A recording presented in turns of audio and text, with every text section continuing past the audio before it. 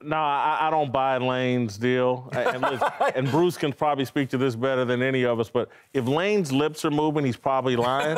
And that's what we just got fed here. Look, Nick Saban, Lane was also saying, look, we're trying to work out a deal where I can be on the sidelines, and Nick Saban just squashed that. Right? We don't want him on the sidelines. Why would anybody want Lane Kiffin? Lane Kiffin's immature. Do you think Saban just was tired of him? Yeah, I think there was just too much drama. The idea that it was Lane's part decision is like the same thing as it was like Jason's idea for that pocket square jacket combination. It just doesn't pass the smell test. Right. And I think that last week I was down there around Alabama before the Peach Bowl. I think there was a lot of drama that had been building. And to Lane Kiffin's own, that he would admit to this, one of his bigger weaknesses is that he's not organized. And whereas Kirby Smart last year and Tom Herman 2 years ago when he was at Ohio State and juggling the Houston job, I think it's hard for Lane Kiffin to do that. I think there was a lot of drama building with staff and also some of the stuff, him missing media day and then it getting out the way it got out. That did not set well with Alabama leadership.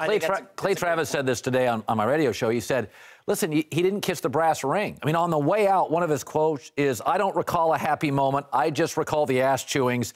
I won't take that part to my new job. That's throwing Nick under the bus. He's not kissing the ring.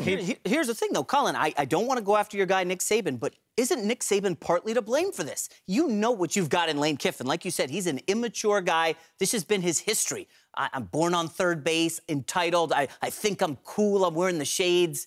Why didn't Nick Saban just get rid of him when he got the FAU job, Bruce? Why didn't he just say, you know what, go take your job, let's promote Sark, we got 3 weeks that's instead of 5 argument, right? days to prepare? Yeah, I think you have to figure out, we've held it together for 3 years. And by the way, you know, it's worked out pretty well. I mean, he's had 3 different starting quarterbacks, and they've been able to keep it on track. I talked to somebody inside the Alabama program last Friday about all this drama, and the one thing that came back to me is our locker room is so good and things are structured in a way where we have the leadership and everything that it can withstand all of these fireworks. And also the staff is very, very experienced. And you've got guys who are either offensive coordinators or head coaches there. Sark, you know, the biggest thing is going to be interesting is Sark's now going to have to deal with a media day, which he wasn't going to have to deal with going into this.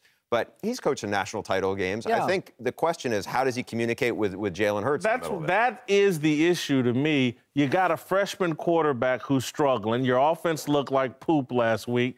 And now he's going to be communicating with an entirely different coach. I just don't see this boding well for Alabama.